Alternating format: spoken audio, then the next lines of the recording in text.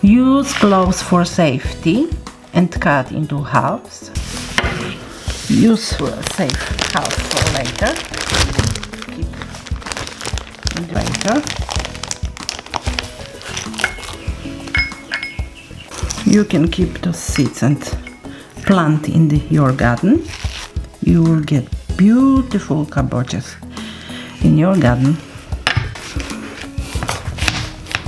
Be careful.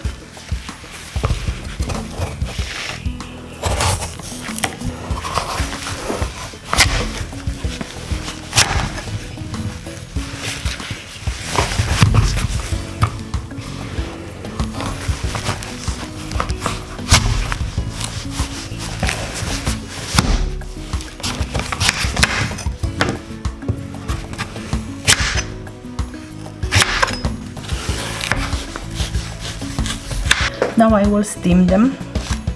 2 cups of water.